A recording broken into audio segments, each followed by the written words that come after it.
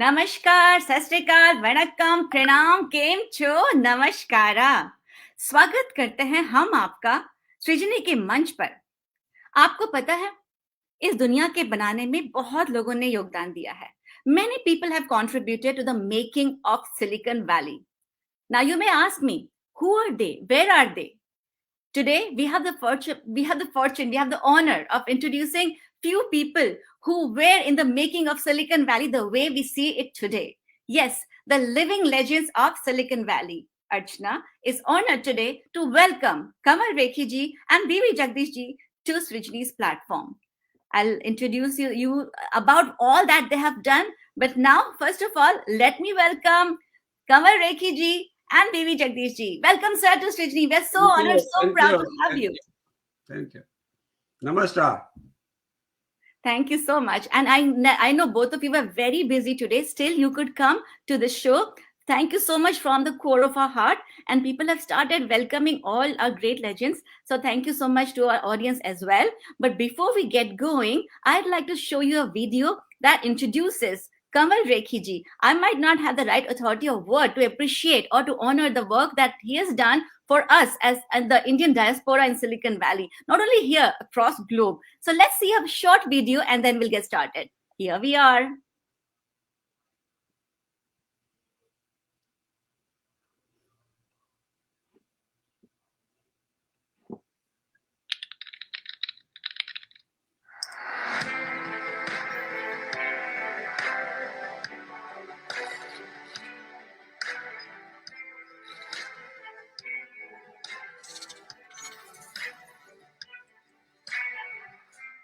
Kanwal Rekhi, the first Indo-American founder and CEO to take a venture-backed company public on the Nasdaq, co-founded and built TIE, the Indus Entrepreneurs, into the largest global network of Indian entrepreneurs, and co-founded Inventors, where he applies his full energy and time. Today, we talk about Kanwal Rekhi. Kanwal came to the United States from India for graduate studies, advanced to the engineering ranks in a number of tech companies, and then co-founded Excellent in Silicon Valley to commercialize Ethernet and TCP/IP standards, which became the basis of the Internet. Excellent later merged into Novell, where Kanwal served as EVP, CTO, and board director for 5 years. Later, Kanwal was CEO of NSIM and also CEO for Cybermedia. Over 14 years prior to co-founding Inventors, Kanwal was full-time venture angel, investing in his own capital in more than 50 startups, 21 exits, including 6 IPOs today. Ladies and gentlemen, presenting Kanwal Rekhi.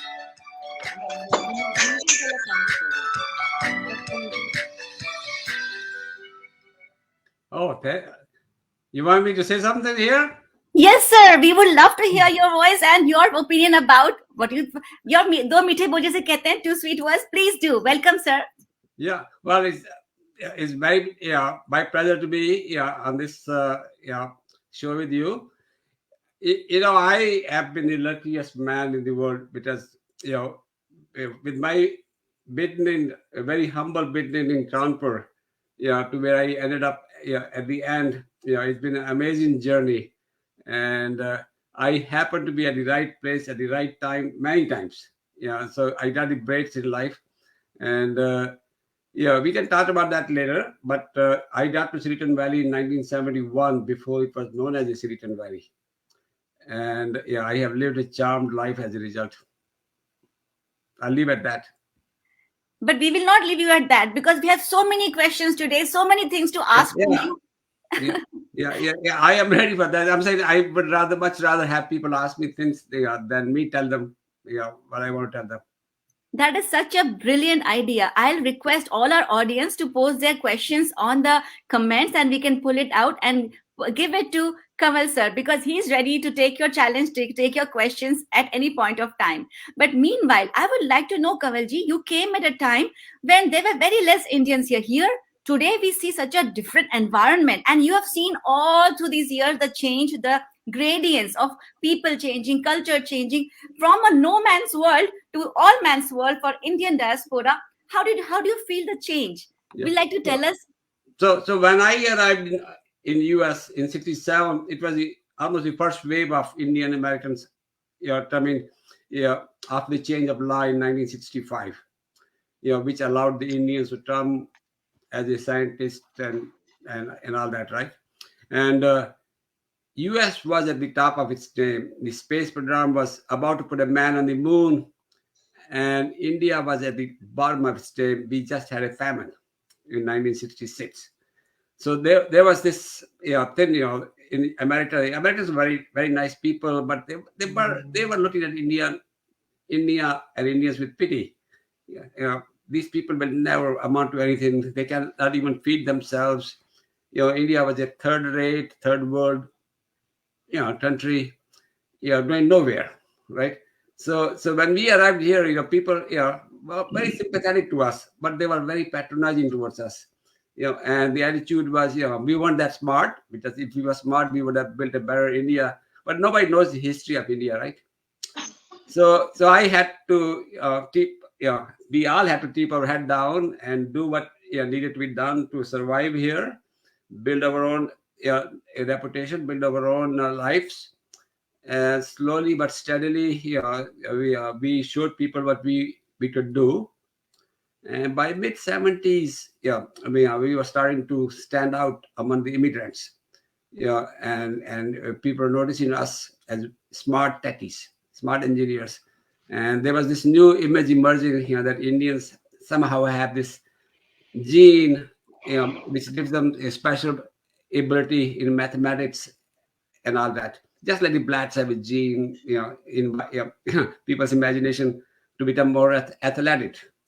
And but it took a while, before we were seen as full three-dimensional people, with multiple talents. Yeah, and that didn't happen till, I would say, mid to late 80s. And by 90s, we were being seen as a super, super, entrepreneurs, super, engineers, super human beings.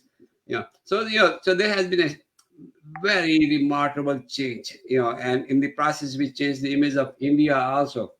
And So what has happened is that people are starting to see, uh, uh, uh, how far we have come, how far India has come, and and you know, we are seen as a model, ideal citizens in America. There's almost no ill will towards us, as a people.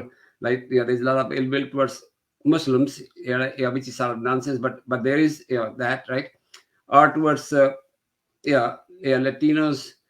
Indians are seen as a very positive asset in America.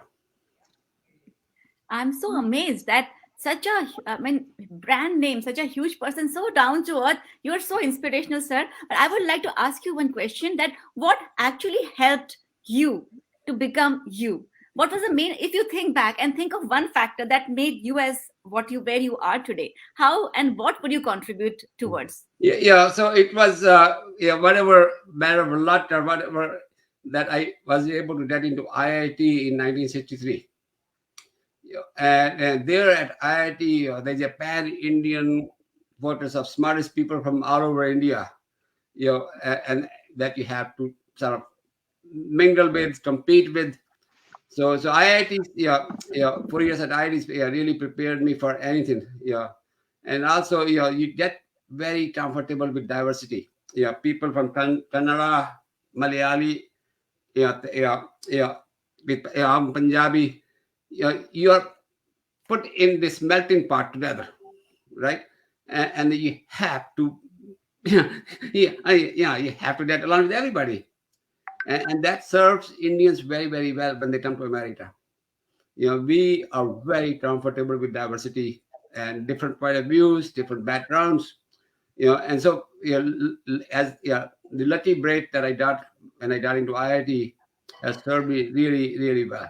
And of course, IITs were, very, good place to get the fundamentals, fundamental education. Yeah. When I got to US, I discovered, we were way ahead of a average American, who had been gone through 4 years of US education. And so, that, I did, I sailed through my master's, with all A's, with, no issues whatsoever. Wonderful. And to our audience, let me tell you that I was so in my excitement, I did not even mention about the great achievements that Kamal sir has done. He is the first Indo-American founder and CEO to take a venture-backed company public on the Nasdaq. He has co-founded Excellent, Thai, invented so many accolades to his name. He's a CEO of NSIM, CEO of Cyber Media, so many great things. If I start speaking about him, the whole night will be covered only with his accolades. And really kudos, sir, that you could think about the right thing at the right word. But if I give you a chance, how will you see what is your biggest achievement? What is the thing that you feel proud about? Well, a transitioning from being an engineer to being an entrepreneur, you know, it was I think the biggest leap, and biggest leap of both faith and effort. There were no role models. We had no mentors available to talk to. Nobody believed in us. Nobody thought we could do it. And again, you have to keep your head down and do it. You can't claim that you could do it unless you have done it, right? So so we also felt, as the early entrepreneur of Indian origin, a huge burden of not failing. If we failed, we validate their belief that we couldn't do it anyway. So we had no choice but to succeed. yeah, and but I found the again being at IIT, one thing IIT also does is make you very competitive. Just to stay with the class, you have to really put up because everybody at IIT is very smart person. Because they came from whichever part of India they were best of the best in that part of India. So you had to really work very hard just to be average.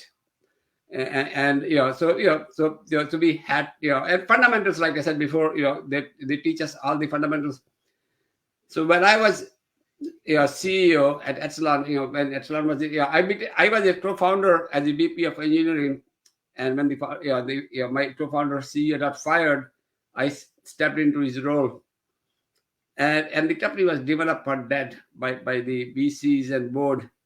So I had a free hand, and nobody had any expectations. So I had no pressure from that side. So I thought, this is my chance to do, and I did my best thinking what needs to be done, and I just did it. I didn't have anybody to stop me or tell me I'm being wrong. And it was just a matter of months before the results were visible. And eventually the numbers tell their own story, right? So nobody can argue with you when the numbers are happening. BB is laughing.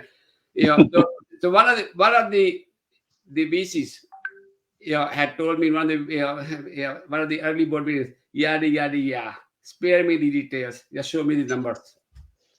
So I showed him the numbers at the end.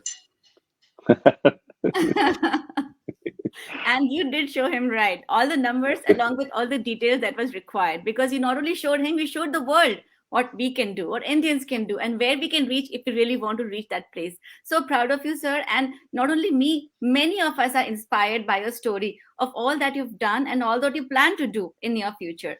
And let me ask you about now the new name that is a buzzword of Silicon Valley, SV Quad. What is it all about? We all want to know a little more about what it's bringing in the future. SV Quad, the name sounds so exciting.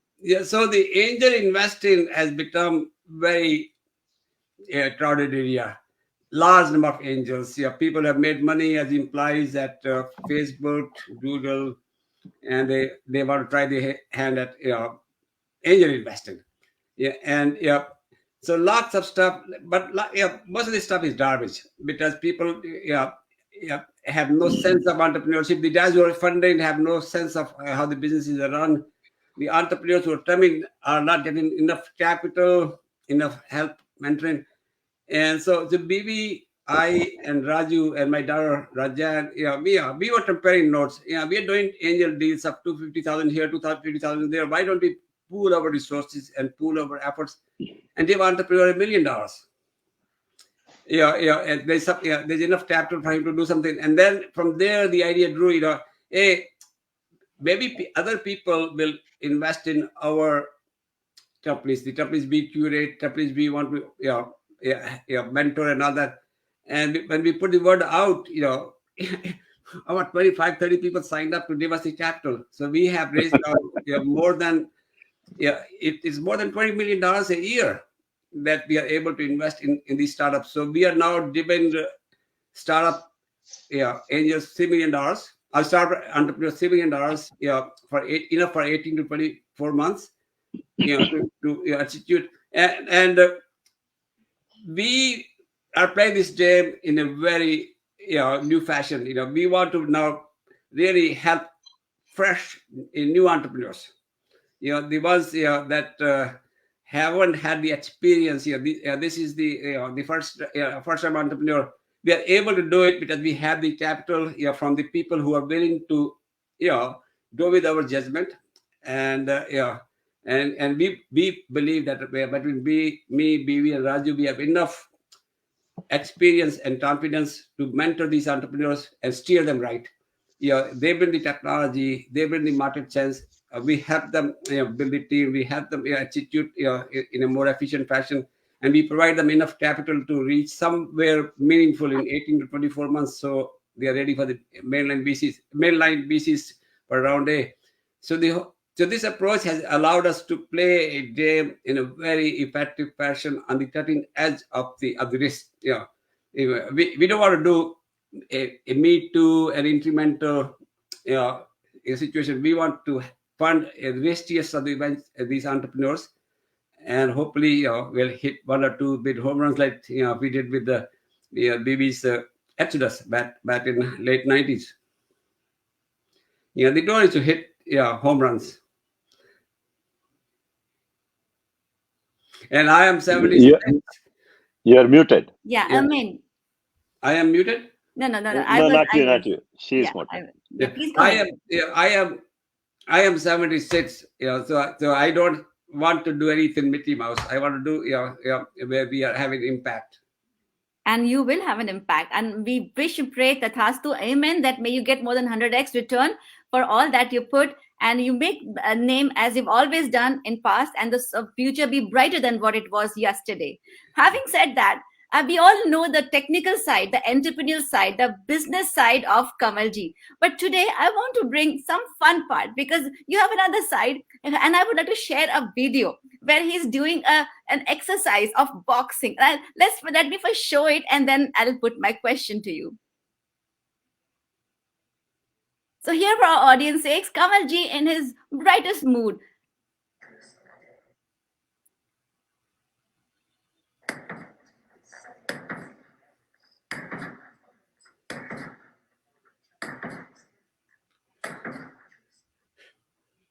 Wow, that was so amazing. I would like to know, Kamalji, what was in your mind when you were hitting that box? Were you thinking it to be a manager or your boss or your like some person? The boxing is very, very therapeutic activity. Both physically and spiritually. Because it clears your head. But it's very strenuous workout also. And so back in 2002, after the dot-com burst, I took a start of myself. I was 272 pounds in weight, very unfit physically, had not been exercising in my life. And I had lost my money, in the dot-com crash. And I was thinking, I can't be that smart. I am so unhealthy, and I wasn't smart enough to hold on to the money I had made. So I retooled myself, and I said, I'm going to be as fit a person as anybody can be at my age, and I will try to stay that way the rest of my life. And so I found a trainer, a woman by the name of Barbara, and I've been with her now almost 19 years. And boxing is among many other things I do, bench pressing and a lot of pumping the iron. But and I got into hiking, bicycling. I can bicycle 40 miles and I could hike 10, 11 miles up in the mountains here. So I got very, very fit within 1 year. I lost 75 pounds. Wow. And so that was, if you ask me what was your other best achievement, that was my other best achievement. I became very fit person. I have no lifestyle problems, no diabetes, no, you know, uh, any of the things, joint pain, but arthritis, no blood pressure issues, so it has. I took charge of my life and That retooled is what myself. we call healthy life, healthy mind, healthy soul, and healthy everything. So, here, when we talk about health, we have a young entrepreneur, Yash Maheshwari, joining us, and he's very excited to ask you a question. Yash, would you like to put your question to Kanwal, sir? Yeah. My main question is, how did you get started with a business? Like, how did you get your idea? How did you hire people? And how did you get your funding? So the ideas come from your own experience, right? I'm an engineer by training, a computer engineer. So back in 1981, there was a sense that world is about to change. There was a new introduction of IBM PC, and there was this notion that these PCs will bring the computing to the desktop, and this desktop machines will have to connect to the machines in the back, the mainframes and mini computers and servers, and somebody's going to have to network these machines. And so I said, we will do the networking. And so the idea came from what was happening in the marketplace, and now of course you write a business plan, you're looking for the funding, and the Indians had no track record of doing startups, so it was hard for us to raise money. But eventually in Silicon Valley, there's always a VC who's willing to change break rules. So one VC says, three Indians with a business plan. Yes, sir. Damn good business plan. Yes, sir. But Indians are not entrepreneurs, he says. Ooh. And then he says, why not? Yeah. And we are keeping our mouth shut. And then he says, has anybody tried an Indian entrepreneur before? I said, no, sir. He said, maybe it's time to try one. So John Bars used that argument, that logic, to try an Indian entrepreneur. And he gave us the $2 million, which was for half the company, which was very, very fair offer at the time. And so we took the money, and now we had to make it happen. John Bosch made more than 100 times his money on us, and he would tell the story that he discovered the Indians in Silicon Valley. He died about 2 years ago. But there's always a investor out there who is willing to play the game that we are playing now. We want to bet on the high risk entrepreneurs who haven't done anything before, right? And you make your money when you do things out of ordinary. You make ordinary returns when you do ordinary things, right? So when you do the extraordinary things, you make extraordinary returns, hopefully, right? And John Marsh did, and so we learn the business. Business is mathematics beyond a point. It's a numbers game. There's an issue about leadership. How do we hire people? It was hard. It was hard to hire people. They were not, Indians were not managers. They were not seen as managers. But at the end, we had a damn good business plan in a very nice area, and we were funded startup. So people came and worked for us, and everybody who worked for us made huge amount of money. Bibi will tell his story, but in our case, 100 people who worked for us made more than $1 million, and that was a large number back then. But if I was to use the same math, I would say $1 million back then is worth about maybe $5 to $7 million now. Wow, that was such a great information that you shared with Yash. Did you find answer to your question that you'd asked? Yes. Wonderful. Do you have more questions? But stay because we'll have more children joining us in short while. But presently, we have another stalwart from the world of entrepreneurship from the world of adventure, I should say. And that name is Mr. B.V. Jagdish. So, as I said, before I say something, I would like to share a video showing some information about sir, and then we'll get started from there.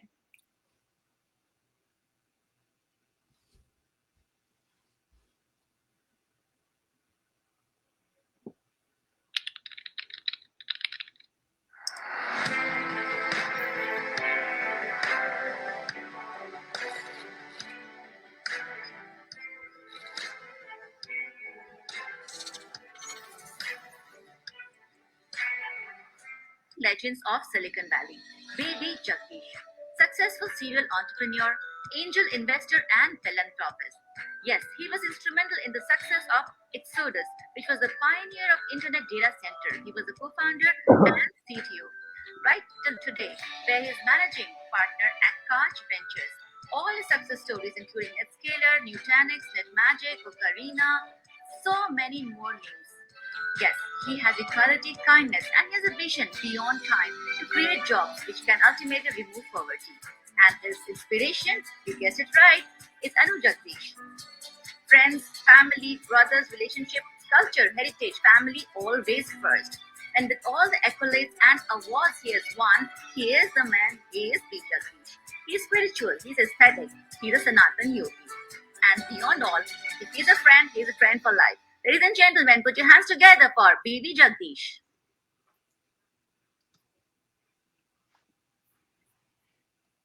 Thank you, Archana, for Thank this you. wonderful video, and then also pulling this off in such a short span of time, and putting me along with Kanwal Rekhi, who, as everybody knows, is my mentor, is my guru, is someone that the reason why I'm here, there's a lot of things that he did to us. And that's one of the reasons as to why I'm sitting here and I'm in this position to be able to participate in events like this. So thank you for doing it. Thank you for giving us this opportunity to come here and showcase the great leaders of Silicon Valley who made Silicon Valley the way it is. We feel so comfortable to be in the diaspora, but the infrastructure, the platform that was developed by you, I mean, all these stalwarts that we have invited today. So we feel so proud to be talking to you today. And along with us, we have more students, they're all middle school students, but they are so impressed, so inspired by all that you have done. They want to be like you in coming days. So here we have Arnav Maheshwari, who wants to go into the world of finance. We have Srinath Mudunuri, who, Srinath, what was the theme that you wanted to select as your domain area? My theme was to try to create like an interconnected website that could inform people all over the world about restaurants, news, and everything that is important to modern society. Amazing. And we have Yash. Yash, what was the thing that you were interested to change the world with? What was your domain expertise? Education. Education. So we have three different worlds, but they all want to be entrepreneurs like you and to make a difference, to make a change somewhere. So let me give this opportunity. Instead of me asking, let me ask them, request them to ask you what is in their mind that they would like to know from legends like you. Arnav would like to go first.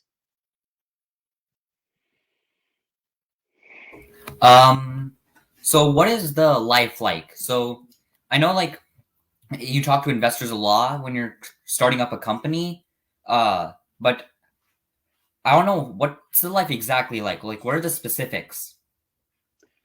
So you're not just talking to investors, you're actually more talking to possible customers, because the idea that you have, you want to first kind of get it validated by customers. And that is the validation that the investors are looking for, right? Because you as an entrepreneur, you are the smartest one and you know the problem that you are solving. And the problem you are solving, it needs to be validated by whoever who is going to buy, right? Anything you do, there has to be a buyer or there has to be a user. And that user, you go and brainstorm your ideas. This is the problem you are trying to solve. And that user can be, if it's a consumer kind of a company like a Facebook, for example, what did Facebook do? The founder of Facebook, he was at Harvard, and he came up with this idea to post the pictures on the website. And he shared that with some of his classmates, some of his friends. and everybody started to like that, and they all started to upload the pictures so that more people can share it. And then he expanded that into more number of universities, more number of users, more number of colleges, and that is how we expanded. Same thing when we started our company, we validated our idea, the idea that we had, and people said, hey, if you build this, I'll be very happy to buy your product. And that's what resulted in building the company. And then you go pitch to the investors and convince the investors to fund you to go build the company. And that's exactly the process that works. Wow, very nice. Arnav, you have any further questions as a consequent question for you would like to know something more? No. Okay, let's come to Srinand. Srinand, you have feel free to ask any question to Kanwal sir or to BV sir that you have in mind. So BB sir, one question that I wanted to ask, since you worked with many different companies like Arkin and Ocarina Networks and all of these companies, they have similar cores, but they all had different ideas. So in your opinion, what would make a company or an entrepreneur successful or an investor successful when they first join a company or start up a company? Well, the success actually is derived based on a good product that you build that shows a value to the buyer or to the customer, right? Anything you buy, it has to have a value. I mean, when you buy a refrigerator in the house, what is the value it provides? It keeps the milk safe. It keeps all the vegetables and everything fresh, right? So that's the value. If you don't have a refrigerator in the house, then the milk will get spoiled after a couple of days, or the vegetables will get spoiled after a couple of days. So any product that is built has to show a value to the buyer, and the buyer can be customer, or as I said earlier, some friends are users like the Facebook. And when you build that product and when you successfully sell the product to the customer or to the user, that means the customer is going to pay some money. And how much profit do you make from that is what is important. So meaning you build something for $10, and if customer is only willing to pay $5, what's going to happen? Every product that you sell, you're going to lose money, right? That's not a sustainable business. You build a product for $10 and you sell it for $20 or $30. So you have to make some profit because the product itself costs some money. You have to pay salaries for your engineers. You have to pay rent to the facility that you are in. All of those things has to be covered. And when you make the profit, that is when you have built a successful company. Yeah, can I add? Yeah. Please go ahead, Kanwal. Oh, sure, please, welcome, sir. Yeah. So in every business, you should assume somebody else is going to offer similar product also. So the one who offers a superior service, a superior product, a superior service to his customers at a cheaper price than the competition is likely to succeed. So it's not only that you have to satisfy customers, you have to satisfy him better than the other person. So there's always a competition. So that forces you to become more efficient, and better at understanding what customer really needs and offer him what he really needs at a better price and with a smile on your face, right? So the businesses are very competitive. You can go to 5 different places get the same haircut, but you go to some one because you feel better there. So in every product category, there are hundreds of different cars that people manufacture. So you have to identify, see what my set of customers want, and I give them that at a better price. By the way, good questions. Excellent questions. Keep it coming. Yeah, and we have another lady joining us, Shobhita, and all these school students are so impressed with you, and they have their own questions. Shobhita, what question would you like to ask? Please put your question forward. Hi, I'm Shobhita. Nice to meet you. So my question for both of you is, what do you think is more important, using your company's technology to make more money or using the company technology to save lives? Save lives. Can you elaborate more on the Yeah, question? I mean, you need to do both. If you don't make more money, you will not survive. More money you make, more people you can serve, more lives you can save. Right? Yeah. So there's no. That's a false choice. That's a false. If you think you can do one or the other, yeah, then you will not be able to do either one of them. Right? So being able to make profit, make more money is a way to have more money to put back in the business and make it even bigger and to serve more people. Yeah. So of course, if you're not saving life, you're not making your customers happy. They will not buy from you anyway, and you will not make more money anyway. Customers have to buy from you, and customers have choices, and customers have their mind of their own. Nobody can force them to buy your stuff, Yeah. right? I'll, So yeah. so you have to satisfy customer. And if customer thinks that you're being a bad business people, they will not buy from you anyway. Correct. Okay, let me give you a current scenario example. I think you'll understand that, add to what Kanwal basically said. So think of, this COVID that got hit to all of us in the world, right? How was that problem solved? It is using a technology. It's called the mRNA technology, right? So there are scientists who discovered this mRNA technology, and using that, they created the vaccine. And of course, the company that generated these vaccines are going to make money out of it. But at the end of the day, they also helped save billions of lives in this world, right? And the money that they make will help them to go back and create new products and new medicines, new solutions that the world wants, as the world detects other issues and other problems. So this is that cycle that happens. Same way, the companies that we create, it leads to creation of jobs, right? Like your father, mother, whether they are entrepreneurs, whether they are working for some company, it's important for them to be working in a company. And when they work in a company, somebody has to pay the salaries. And in order to pay the salaries, they have to make the profit. The company has to make the profit. Otherwise, how is this cycle going to work?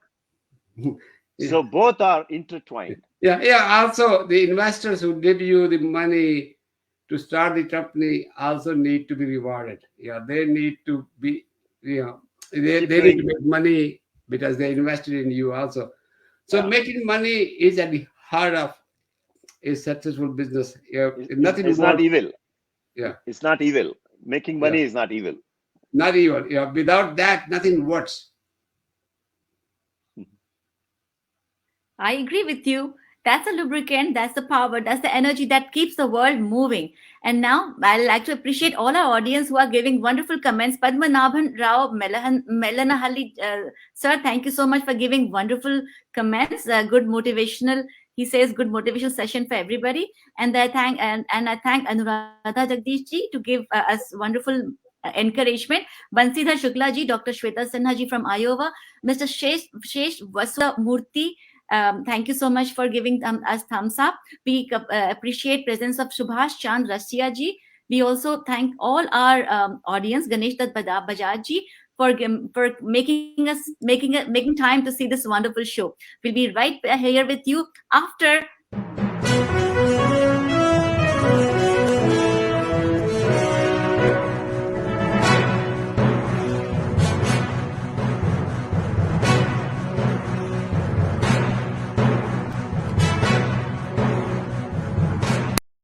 So welcome to Swijini World. Today we are speaking to living legends of Silicon Valley, Kanwal Rekhi ji and BV Jagdish ji. And here we'll have some fun because I know that beyond that technical aspect, the professional aspect, there's a human being, there's a person in both of you, and we would love to showcase that.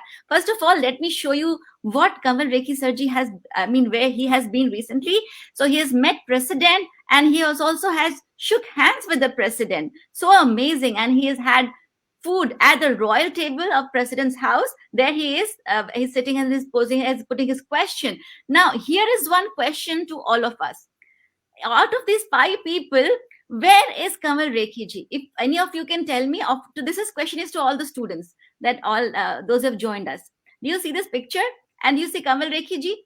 So who can answer this question, that out of these five people, what is the number of our Kamal sir? Take a good look at the picture. Yes, Yash, Arnav, Shobhita, Srinath, any of you?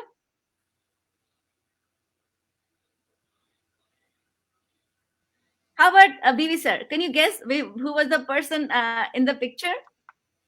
The one with the turban. Oh yeah, you know it. Thank you so much. So this is Kamal sir in his when he came to US. So that's so it's so exciting to see how he's changed, and the change, the reason, the inspiration of change is Miss Anne. So thank you so much, Miss Anne, for coming to Kamal sir's life and making that change. So this is the sweetest picture I could find for Kamal sir and Anne ma'am. Very very amazing. And one thing I would love to show is that Kamal sir has been blessed, has been accoladed with the Honorary Citizen Award, which is a very big thing in Texas, in the state of Texas. So, Kamal sir, tell us something more about this honorary citizenship. That I'm really interested to know how and why you were awarded with this prize. So I have been made honorary citizens of more than half a dozen cities. This was in Houston, Texas. I showed up there in 2003. This is a Houston was in trouble in 2003, and there was a bit story about this woman who had killed 6 of our children in a bathtub, and city was really hurting. And I came there, spoke at the city hall, at the Rice University, and the mayor was so happy that somebody would fly from Texas, from California, and sympathize with them. So this was done on the spur of the moment. I was made the honorary citizen of Houston at the city hall. I don't remember the date, but sometime in 2003. I've been honorary citizen of many other cities in America. I travel. I speak about entrepreneurship. I speak about wealth creation. At universities, at schools all over America, and there's nobody who doesn't like that message. Everybody loves that message. We are talking about self-help, wealth creation, job creation, bootstrapping. And especially in the heartland America. We live in California. Entrepreneurship is driven, but that's not the case in Michigan, Idaho. You know, I was in Dublin, Ohio, where I was made honorary citizen of Dublin also. So it's a part of my paying back to America. America has been very nice to us, very nice to me, especially. And I feel very very blessed that that I got here when I was only 22. The picture that you saw was my first day in the U.S. in 1967. Wow, Yeah, that's amazing. yeah, That's and really amazing. I was only 22 at the time, and so we have done well in America. America has adopted us and given us a lot of so we have obligation to pay back. Totally agree. Absolutely, that's right. That along with Janbhumi, our motherland, we also have obligations and responsibilities, our role towards our Karam Bhumi, which is the land of duty. Very well said. And after that picture, let me come back to BV sir, and let me introduce him with his technical introduction. He is instrumental in the success of Exodus, which is the pioneer of Internet Data Center. He's a successful serial entrepreneur, angel investor, philanthropist, managing partner at Kaj Ventures, and all the success stories that he has, that Scalar, be it Nutanix, be it NetMagic, with Karina, Enkina, and so many names. Along with that, he also has a philanthropic heart. But beyond me, there are a couple of messages that I would like to share with all of you. So let me first share the first message that I've received for BB sir. Sir, here's a surprise for you. Uh-oh. BVG. I can't even express in words how positively you've impacted my life and made me a better human being. I've seen you guiding and mentoring many startups and also selflessly serving the underprivileged through various nonprofits. The biggest lesson I learned from you is to share your earnings and time with the needy. And I therefore strive to make a positive social impact because of your teachings. As it is said, a guru is not just a teacher but an awakener. For me, you are undoubtedly an awakener. Thank you so much. That is such a lovely message. And would you like to say something, baby sir? No, that's Lochan. I've been working with her in non. That is how I got introduced to Lochan when I was working very closely with this nonprofit organization called Overseas Volunteers for Better India, where we were working on solving the water problem for India, and that's how I got introduced to her. And it's such a nice thing to hear what she said. She's an amazing girl. She's like my daughter, basically. She's the same age as my older son, and she's a mother of two right now. So I've been working with her very closely at FalconX as well. Wonderful. So what you do lives beyond you. And also when you're not around, they speak for you. So thank you so much for being kind to the whole world, to humanity, so that people vouch, validate, and are very respectful about the message they have sent. I feel so proud. So before I play the next message, I would like to thank Srinivas Bhagavan ji, sir, to encourage and to be present. And I also would like to bring the message from Sanjay Sahasrabuddhe. He says, I wish the talks needs to go down to community in their own languages. God by chance. Meena Shivkumar says, wonderful session, going to share with my children.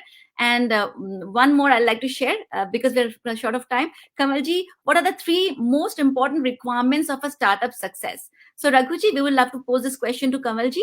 And if Kamalji can answer. Kamalji, did you get the question? Yes, I got the question. So, Perfect. so the startups are, like I said before, very competitive. You cannot do what I call a me too. Yeah, since if somebody else has done it before, yeah, yeah, you need to find a new problem, new challenge. So there's this notion of innovation, notion, and so that you need to have that one.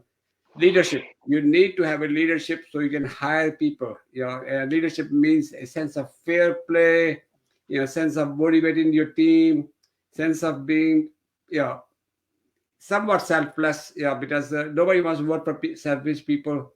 And of course, the third is always the having a good sense of business mathematics. Can this be sold at profit? Can this problem be solved at profit? Will customer pay what I need to charge them to deliver them the of course the quality is given. You cannot sell shoddy stuff to customers. So I need to offer him a quality stuff, but will he pay? Can I produce that effectively? So there's a sense of business you have to have. So you start with the innovation, leadership, and a good sense of business economics. Wonderful, wonderful. Time for another short break for a message because I have so many messages I have to prioritize. But let me bring another very, very heartfelt message, a wonderful, inspirational quote from a person you know, baby sir. He has another surprise for you. Hello, everyone. This is Murali Chirala, CEO and co-founder of FalconX, a B2B accelerator in Silicon Valley. It's a great privilege and honor to introduce one of the living legends of Silicon Valley, B.V. Jagdish. Most people recognize B.V. the entrepreneur, B.V. the investor, B.V. the mentor, B.V. the impact philanthropist. But few know B.V. the husband, B.V. the father, B.V. the teacher, B.V. the yoga instructor, B.V. the artist, B.V. the trekker, and a lot more.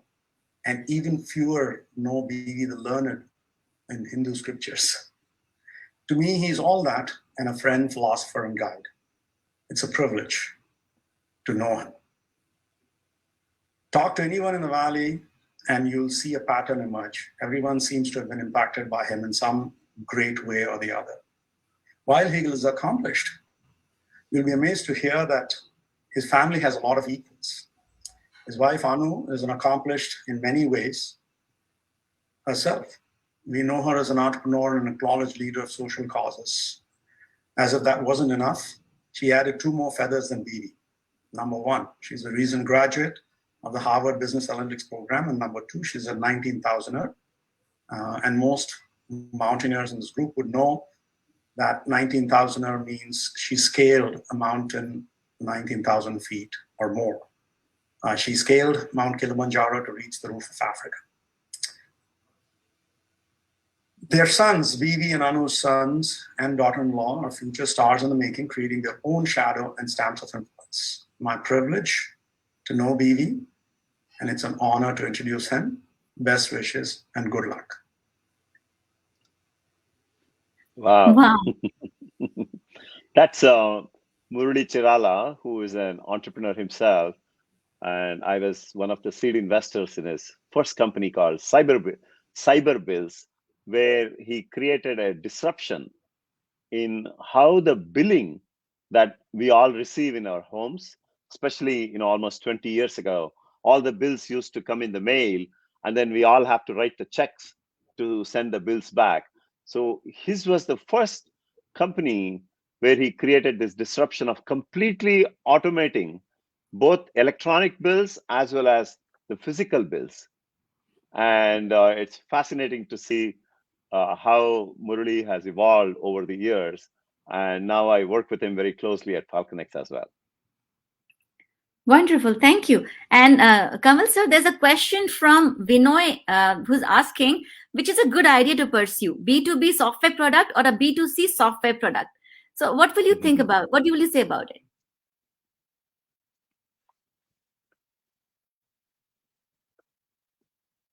You're muted, Kanwal.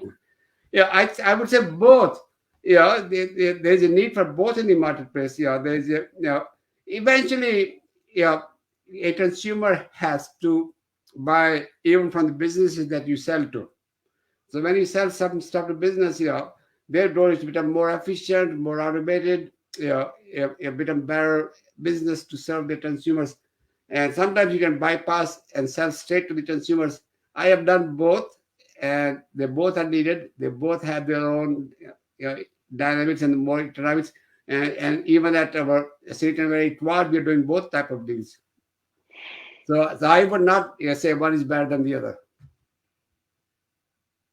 Wonderful, that's great. So one more thing that I would like to show, let me first start it. Just give me 1 second. So BB sir, I would like to show one more message for you, which has come from, okay, let me make it surprise for you. Just one more. I won't take much of your time. You have done a lot of homework here. Yeah, I'm just trying to give voice to people who would like to say. It's not, I'm just giving the platform, but the voice and the message is coming from all over the globe. Wow. So here is one more Let message. me start with the very first trait. Vivi is like a blank slate. He's like a child absorbing everything in his surroundings. So if you met Vivi today and a year from now, he's younger a year from now than he was a year ago. He is always learning and absorbing. Basically, he's a learning machine. And what keeps him as a learning machine going is his connection with people. So, if there is one takeaway from BB's life which you think you want to implement in your life, is generosity and kindness as a person. We think that all the success which encapsulates BB's Silicon Valley legend aura is his ability to work hard, to slog, to stay up to date with the trends. Yes, that is true. But at the core of it is a very gentle, generous, kind human being who is trying to help another human being. So for me, that is the biggest takeaway. And I wish BB sir all the success in his current and future endeavors. And it has been an amazing journey writing the book Startup to Win with him. And that was Vidyangi Patel. That's very kind of her. She is Vidyangi Patil, and I'm co-authoring a book with her called Startup to Win, and she is she's done tremendous amount of research based on a lot of the talks and the teachings that I have done in various universities and other places. And so hopefully in the next 6 months, we should have the book ready. Yay, looking forward. Startup to Win. What a nice name. Wonderful. So we are just left with 5 minutes of the show, and here I would like to invite all of you to let's have a conversation. All the students, Kanwal sir, BV sir, so whatever comes to your mind. Till this point, I was moderating, but feel free to, if you want to say anything to our students, or to our students can ask to our esteemed guests. Yes. Let me ask Kanwal a question. So Kanwal, tell me, you are 76 years, and you started your career here in the US, I guess, probably around 22, 23, 24 timeframe. And you started your company late 80s. So you've been so active in this entire community, entrepreneurial community, and spearheading this whole Thai movement all over the world, which has helped to actually create lots of entrepreneurs.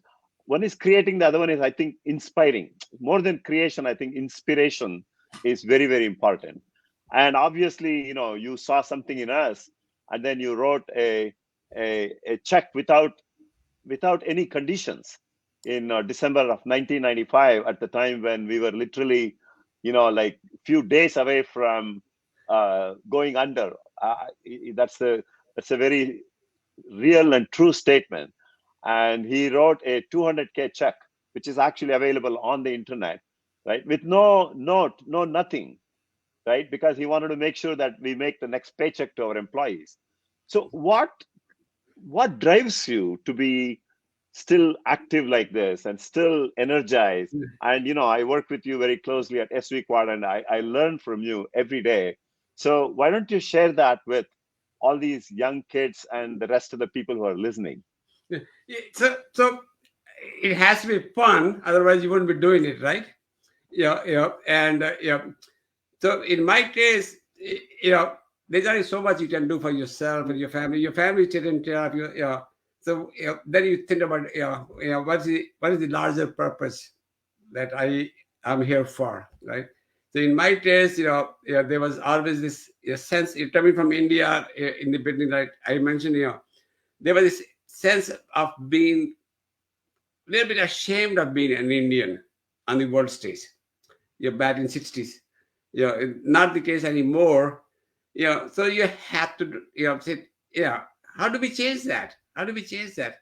So first you make yourself successful, because you have to do that, and then you try to make everybody else around up. So the whole idea was, how do we get our people to become more successful, become entrepreneurs, become the role models.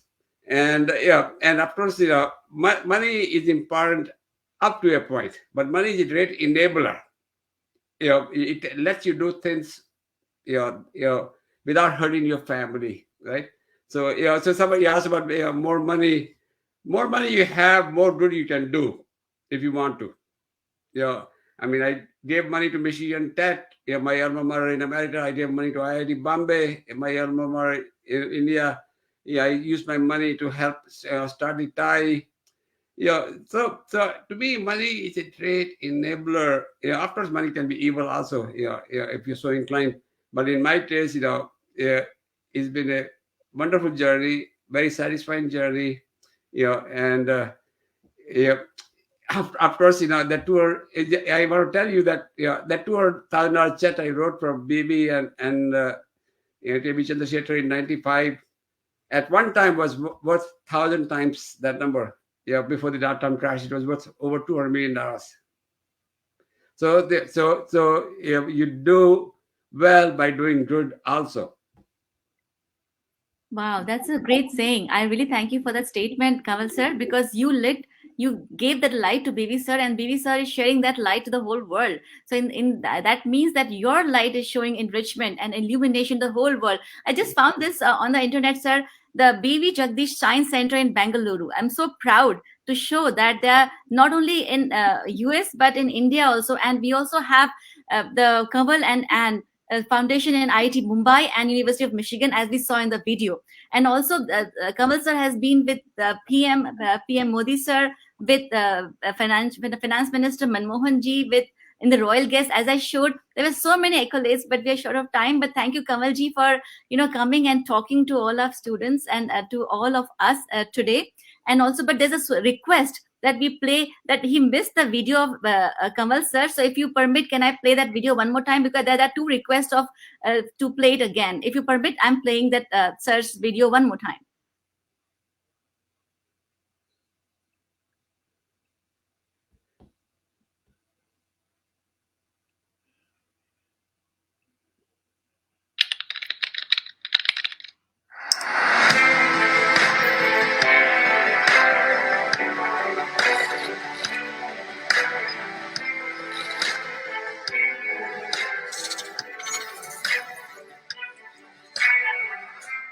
Kamal Rekhi, the first Indo-American founder and CEO to take a venture-backed company public on the NASDAQ, co-founded and built TIE, the Indus Entrepreneurs, into the largest global network of Indian entrepreneurs, and co-founded Inventors, where he applies his full energy and time. Today, we talk about Kamal Rekhi. Kanwal came to the United States from India for graduate studies, advanced to the engineering ranks in a number of tech companies, and then co-founded Excellent in Silicon Valley to commercialize Ethernet and TCP/IP standards, which became the basis of the Internet. Excellent later merged into Novell, where Kanwal served as EVP, CTO, and board director for 5 years. Later, Kanwal was CEO of NSIM and also CEO for Cybermedia. Over 14 years prior to co-founding Inventors, Kanwal was full-time venture angel, investing in his own capital in more than 50 startups, 21 exits, including 6 IPOs to date. Ladies and gentlemen, presenting Kanwal Rekhi.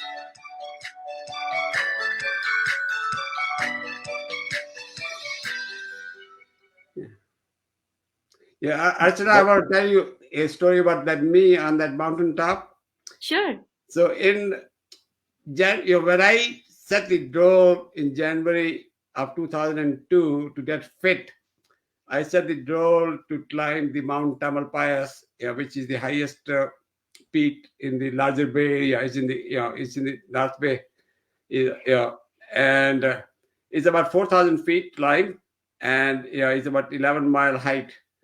And I set the goal that I will do that height before the year is out. And I did that height, and climbed to the top of the Mount Tamalpayas. And I have done that, about half a dozen times since then. It's a pretty strenuous height, but being unfit to climb in the tallest peak in the valley, I mean in the larger Bay Area, but you set the goal and you make it happen. That is exactly what we always expect of you, Kanwal sir. From the not be able to do it to yes, I can do it. That's what we are learning from. Not only me, but the whole world learns from you that, and we are so proud of that attitude of you that made the way for so many young entrepreneurs to be what you are today. And coming up, our 4 entrepreneurs. Do you have any questions, Arnab, Yash, Srinand, or Shobita, or you want to say something about to our esteemed guests before we say bye bye?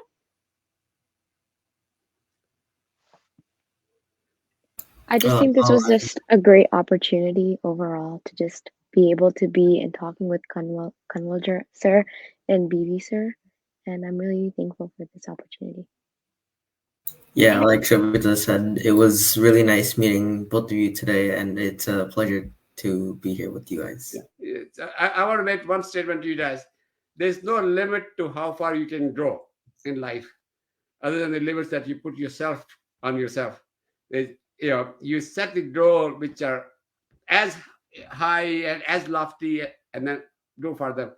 Don't say and don't let anybody tell you that you cannot do it. What a wonderful learning and inspiration. And always set the dream, right? And keep dreaming. Don't think that you cannot achieve that dream. So keep dreaming, and then work step at a time to get there. Yeah, it's not a shame that you fail to achieve your goals. It's a shame that you don't even try. Wow. So true, so true. And on the occasion of Children's Day, there's an event that I like to plug in before we say goodbye. I mean, bye-bye in this event. So here is OSAT, Vidyadan. So what happens is OSAT, one school at a time, helps towards building school structure, school infrastructure and development so that each student, the lesser fortunate one especially, can come to a better school for better understanding, for better education, to grow more. So if you are available on November 14th, to join us in Quinlan Community Center, which is in Cupertino, and we'll have great fun. Along with entertainment, it'll have a mission of raising fund towards the development of school, building of infrastructure in rural part of India. So that was the, yes, sir. Yeah. When you, November 14th is Bal Din in India.